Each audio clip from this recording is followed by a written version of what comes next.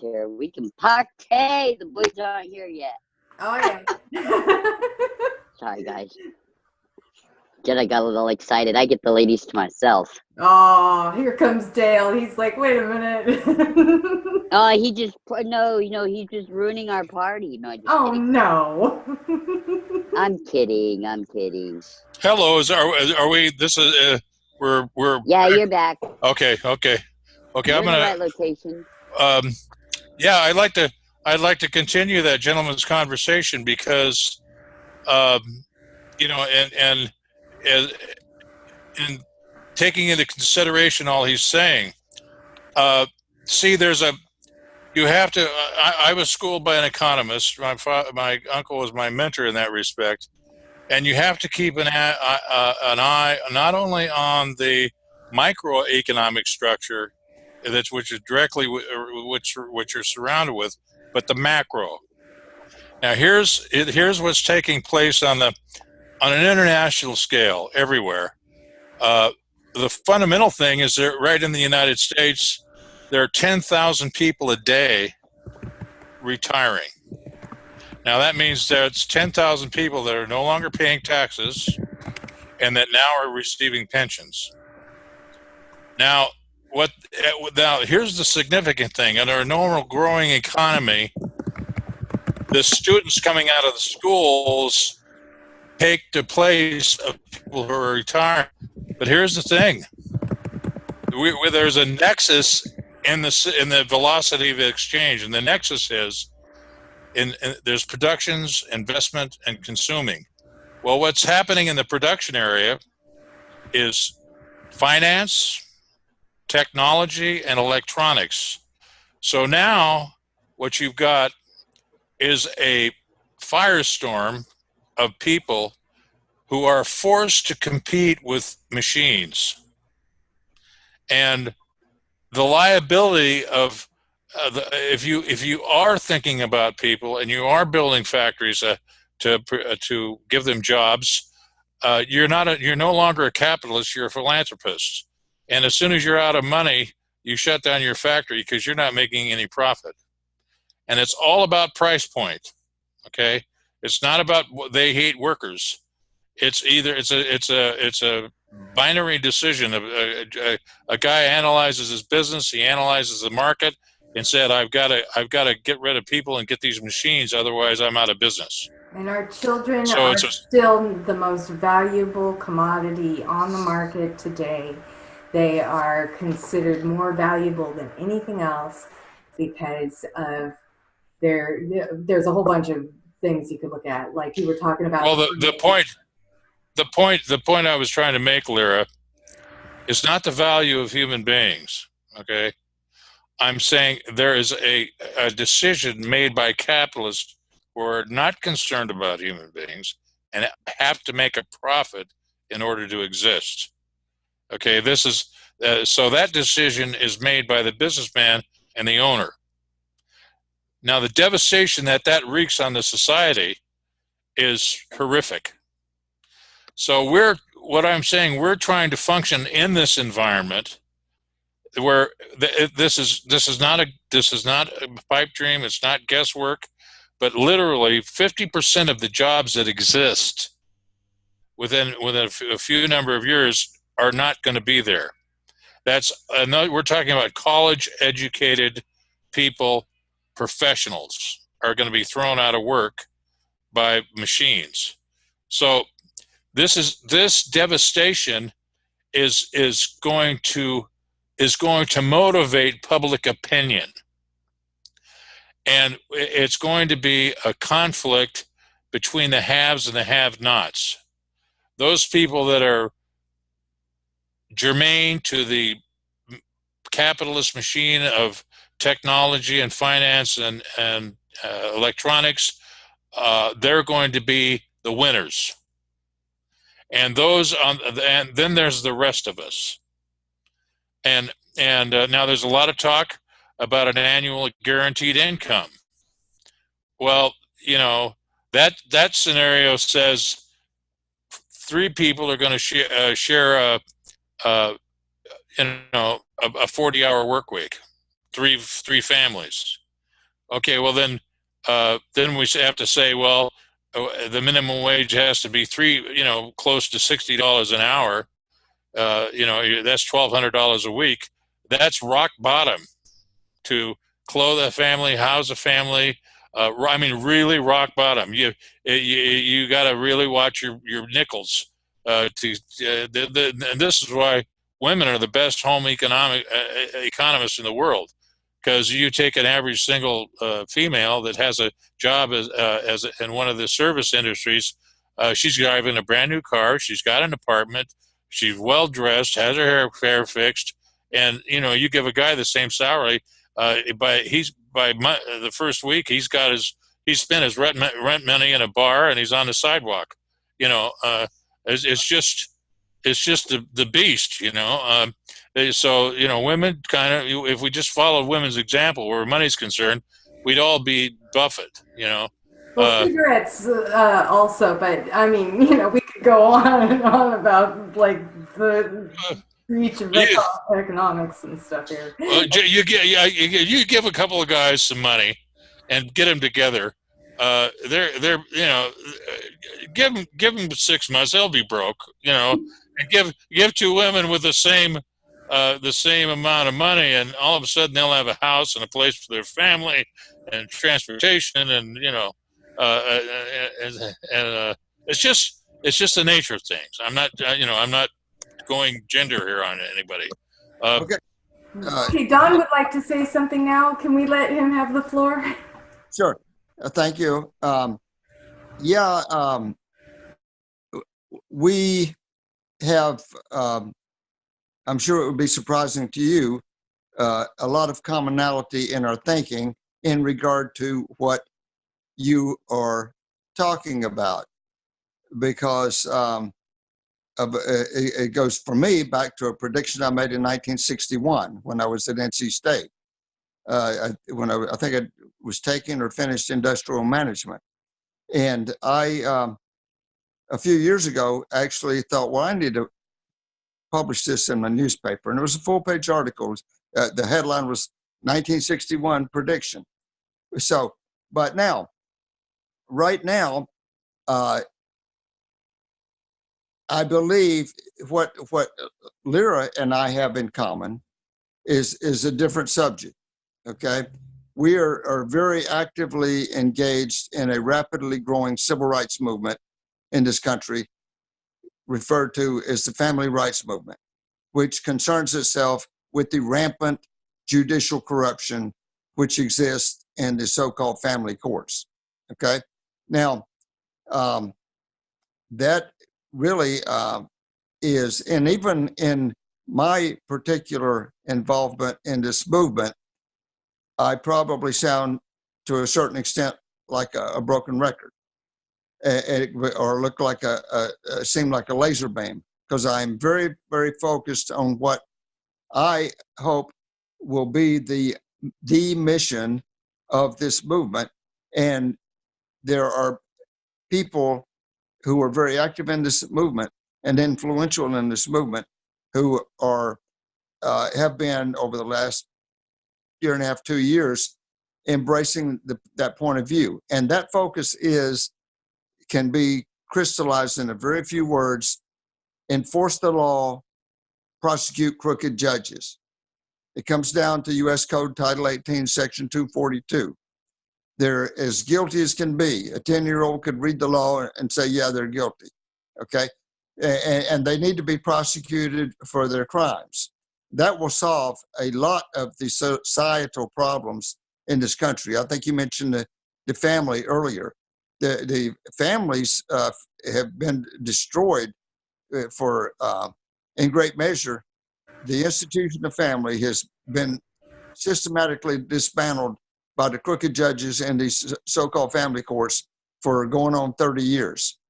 Okay, they have destroyed millions of American families, one at a time. They have used a very clever strategy called divide and conquer. One little litigant is dragged into these family courts, and he is beset by a whole cadre of crooks. It's just like some little old lady walking out in the street who gets mugged by a teenage gang. She has no chance whatsoever. It's just like throwing the Christian to the lions. That litigant has no opportunity for success. They're going to be beaten into the ground. And so the people are starting to realize that and are coming together. And it's really been very, very encouraging, I think, especially in the last 6 months. This movement seems to have finally achieved critical mass. I would call them the dark side people are trying everything they can. Lyra can tell you that a lot of people have been Facebooked, that their phones have been hacked. When we were in DC in September for the Million Parent March, everybody's phones were hacked. Some people's phones would do nothing more than a block of wood. And in fact, my phone got hacked before I went to DC. And Jedi has raised his hand and would like to add a comment here. And thank you, Dawn. And there's so many different parts of this. So I really am grateful for your contribution and for our mutual mission there. Go ahead, Jedi. And this I'm going to make. I'm sorry, Dale. Please, I need to let Ryan speak. Okay. Ryan, yes. Oh, I was just going to say, hey, you know, the dark side has to come to the light side at one point or another. Since we're making the Star Wars analogies. Okay, all right. When the crooked judges go to prison, they will see the light. Yes, we will see the light, Dawn. All right, Dale, what were you? You're coming along slow. Yeah, I wanted to address Don's expression, and I'm strictly coming from a member of UFK as a representative of church outreach. There's been 800 years of history. When he had this last economic hiccup in 2008, and all the political leaders were scrambling around. Well, why didn't somebody tell us that this was going to happen? And you know, there was 2 economists that wrote a book in answer to that, and it was called "This Time Is Different." And the gist of the book is, no, it's not. Every economic structure in the history for the last 800 years has been destroyed and broken down by either debt, taxation, or equivalency of depression and inflation. And so the essence of this problem is we are broke. And so what happens in history, it's never pretty when these political systems unravel. It never has been pretty. When you get to the point when it fails and everything that people have faith in, which is money and ownership, then the people that have the land by law enforce it, and that's where the tyranny and comes in. So that decision to abrogate people's rights and was made when they passed the Patriot Act. Right then, nobody has any rights in the United States right now. Well, it doesn't exist. Now you can fight it in court, and you may win a battle or two, but the war is going to be decided when the weight of the underclasses gets to the point where they can't allow a free system anymore, and the people clamor for protection and security, and they institute a police state and martial law, just so you can walk around the streets and not get slaughtered.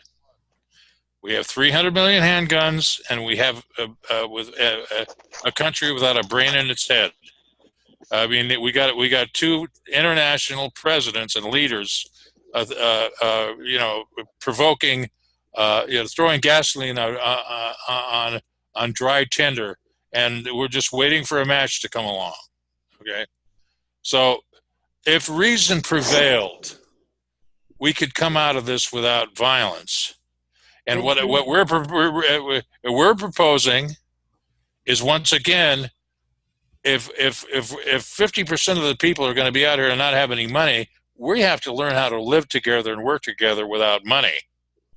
Okay, instead of insisting ownership and laws, and I have no desire to take anything away from anybody. All I say is there's a way to live together like all the other creatures on the earth, in abundance, with plenty, and nobody owning anything. They just use it. And not everybody's going to agree with that. And then, you know, we have to deal with the current issues, which is still in a, what was it? The way that the laws are set up and are. It's in a big crisis. I'm sorry? Well, Hold on. I just my answer to that, Lyra, is we're still back to food, clothing, and shelter, and that's what we got to focus on. Can we let some other people talk too, Dale? Oh, yeah, okay, yeah, sure. Okay, Brian? Well, one of our greatest assets is our children, and, you know, the government is trafficking out our children. I'm sorry, I'm going to tell you right now, I've been in this for almost 10 years, and I have 2 children that were trafficked out. My daughter has been raped 9 times in 9 years. She was actually in the pedophile ring in California, Lyra. I recently found this out. So if you think that our government isn't using our children to make money off of, you're wrong. Those are my children. Those are your children that are involved in this.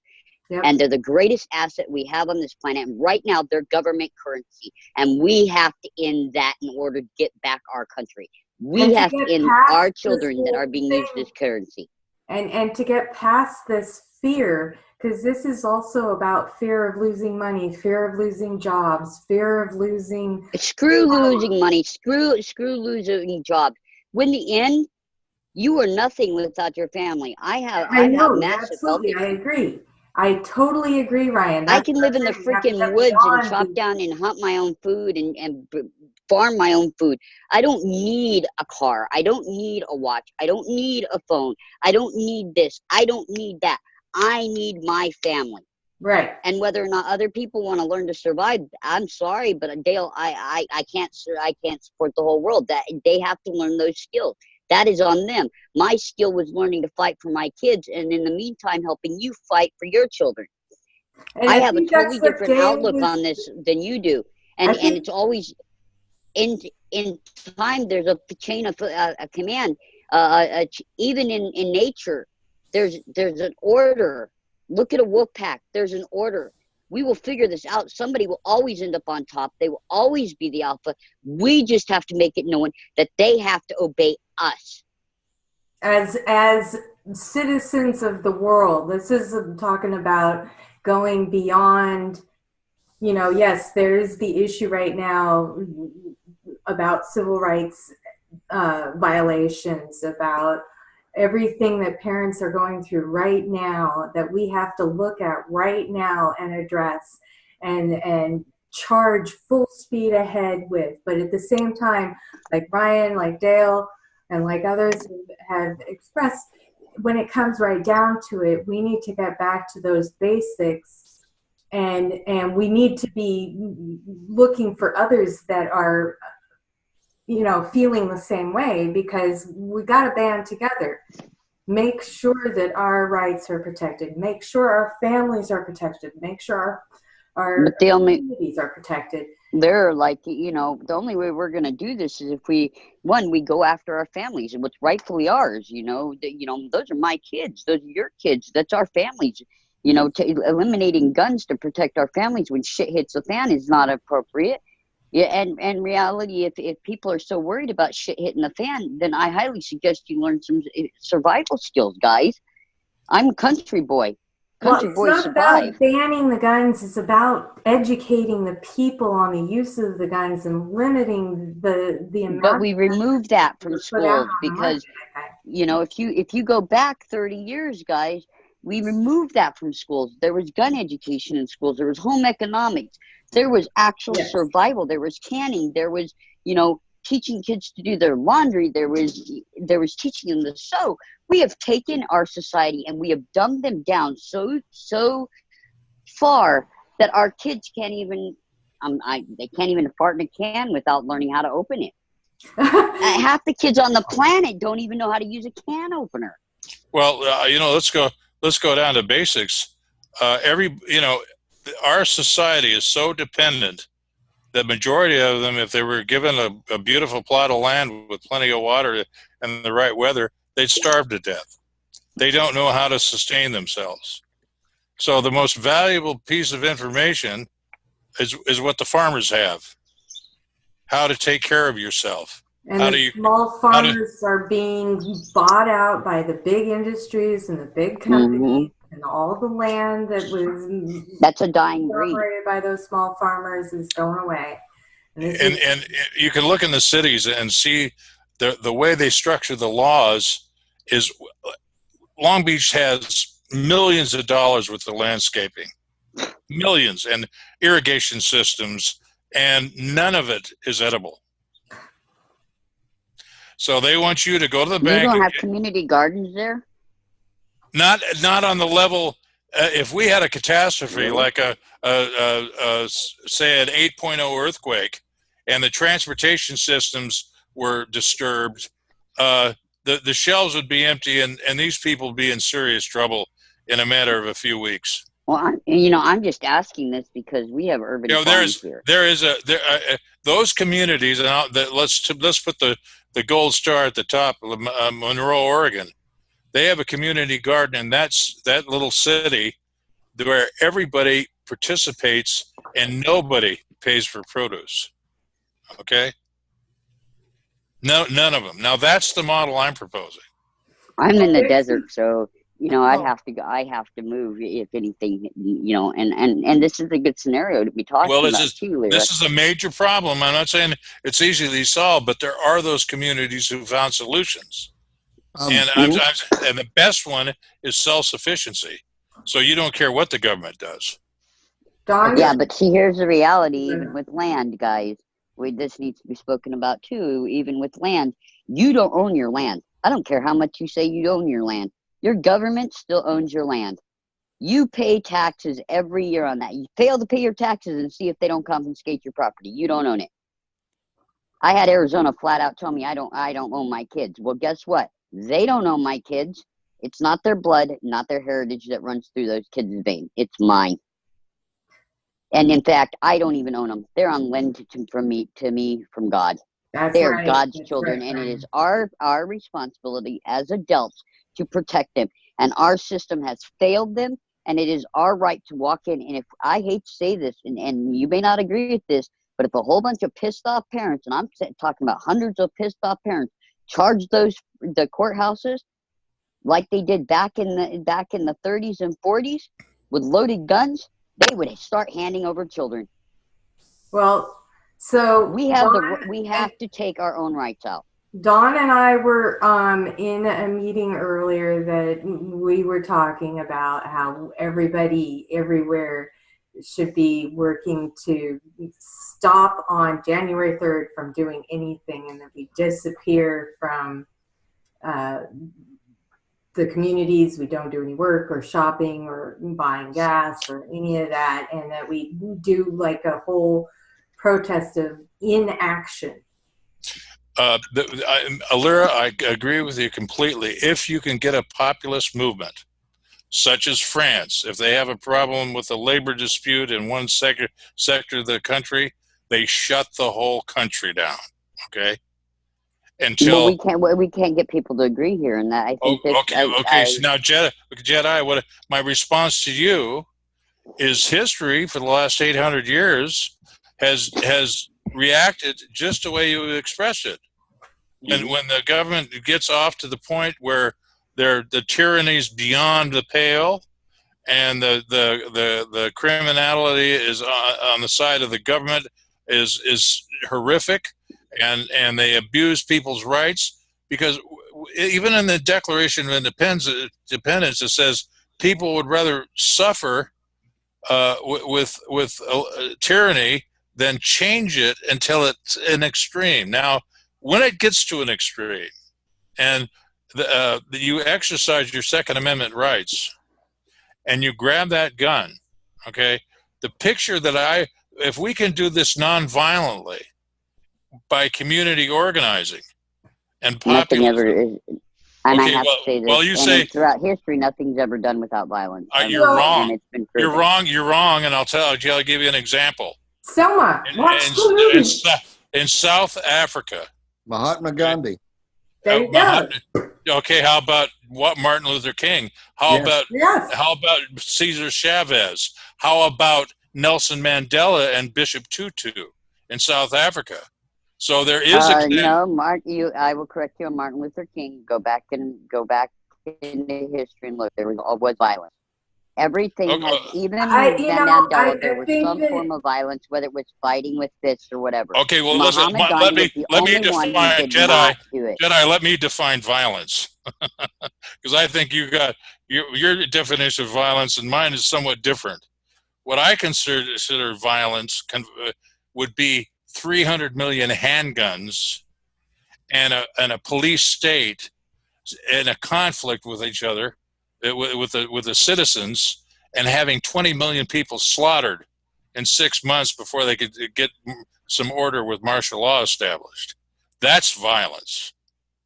Now, you may have had violence associated with those movements, but nothing that rises to the level of the example in the last 800 years where total systems have collapsed.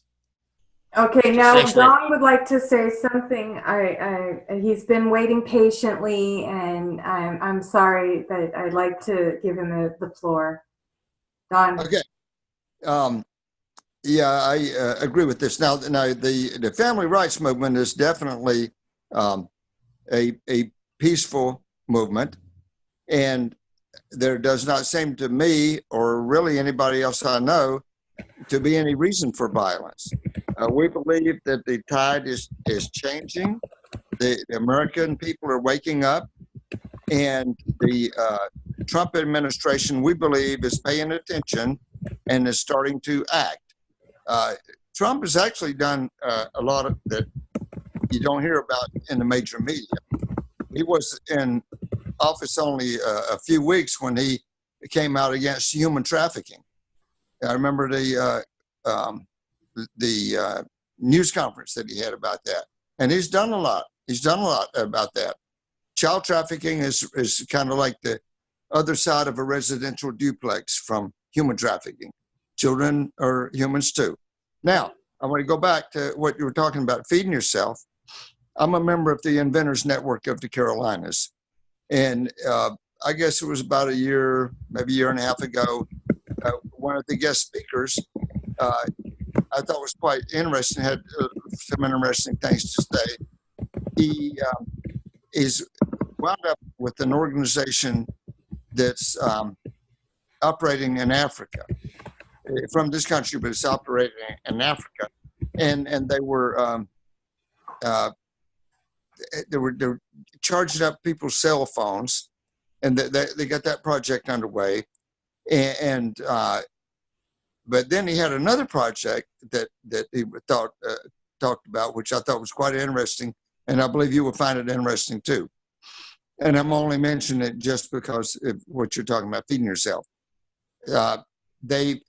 In Africa, they're building greenhouses for people, and I look into it. It costs $150 to build one of them, and these families are feeding themselves in that greenhouse. That's awesome. And that $150 greenhouse, they're feeding their families. Okay. Now, I personally grow some food in my house. All over the world, except for the United States, people eat sweet potato leaves. They're very nutritious, like spinach. Kind of like, it tastes about like baby spinach. And I when I found out about that a few years ago, well, then I planted some on my patio. I had these rectangular planters, and so they were self-watering. So I just planted 3 sweet potatoes. Actually, one of them was the only one that sprouted. And by the way, the sweet potatoes, from what I read, that make the best leaves are like Asian sweet potatoes. They're really shrimpy. They're small. You wouldn't want to use them for eating the tubers, the sweet potatoes themselves, but they make great leaves. And so this thing is only the one in the middle sprouted in this planter, and it grew up, started getting up maybe about, we'll say about maybe 12, 15 inches, and it started leaning over, and then it just kept growing and growing. This thing was going across the patio like kudzu. And I thought, wow, this thing is really growing like crazy. And so I thought as well, and that patio had a lot of shade. It was a very well-shaded patio. So I thought, I wonder if this will grow inside. And so I started growing them inside. I actually never ever ate a sweet potato leaf that grew outside. It grew them all inside. Some of them I just grew in water, just kind of out of curiosity. And I think they'll grow probably a little better in potting soil, but they'll grow either way. So since they'll grow in water, you don't have to worry about drowning the plant. So I thought you'd find that to be of interest.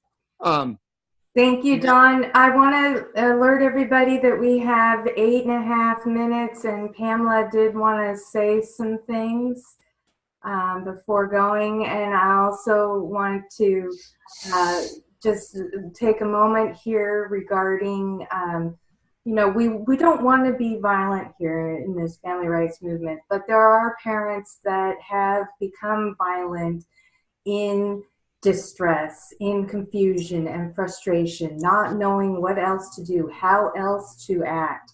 And this is a part of that ingrained societal structure that we're trying to change here. And, we're talking about sustainable living communities. We're talking about changing the way that families are treated in the current legal system that we have now, as well as creating a system to replace it. That repeal and replace goes for everything. And Lyra, I'm in the place where I'm busy all the time, and I would again like to continue this conversation next Saturday at 7. Yes. And really get into sustainability and all these issues, because there are a lot of parts to this. Actually, I think we'll have a different meeting for that, because this meeting is regarding parent advocacy and how we are fighting right now in this current political, legal climate to bring families back together, to reunite parents and families. And we have a whole bunch of different subtopics that we need to start organizing and strategizing and doing individual meetings to work on those particular issues. And I just want to close with this last statement. The idea of you create an environment, a habitat that's secure and safe, and that people have a house and a place to live, and it's not being threatened, and there's plenty of food to eat, that reduces the stress level and the potential for emotional hijacking and outbursts that create the interface with the state. So it's really critical to stabilize these environments for these families so they can relax and live and learn and love. I agree, Dale. Okay, so we'll see. Pamela, if you can stay for a few more minutes, Pamela did want to have a word in here, and I want to give the floor to Pamela now, if that's all right. Thank you so much, Lyra, and thank you, Mr. Bloom. My God, truly, we could have a weekly meeting on just your topic alone. And Mr. Rufty, it's such a pleasure to finally see you in person. We've shared so many emails back and forth, and both of you gentlemen are absolutely correct, as is Ryan, as is Lyra. And I hope, me being the new green kid on the block, that I will be as well. Thank you all for your knowledge and coming together and sharing it with everyone. It's so important for us to realize that no one person is going to solve this. We're all going to come together united as unique individuals, and each one of us has a piece, and each one of us dovetails into one another. So literally, when we bring such talented people like Mr. Bloom, like Mr. Rufty, like Lyra, I know that I am in the presence of the warriors who are refounding this nation. That is what this is. We are refounding our nation for an entire new generation. What many in the populace apathetically do not see because we've been dumbed down. We want to trust and believe that firemen, police, teachers, doctors, nurses, lawyers, judges are the very people that we are taught to trust. I was born in the 60s, so I'm a bit of a young one in the group. And I knew in the 70s, I could feel it when it changed. When I had my own children very young in the 80s, and I was a nurse and belly bouncing CPS off my floors as a green nurse, I knew something had changed. It's a feeling. You can actually feel things change around you, and it's only become more oppressive since 88 when I graduated nursing school. Now at the ripe old age of 51 with 2 beautiful grandchildren, I'm terminally ill, and I plan to go out of this world the same way I came in, yelling, screaming, and bloody.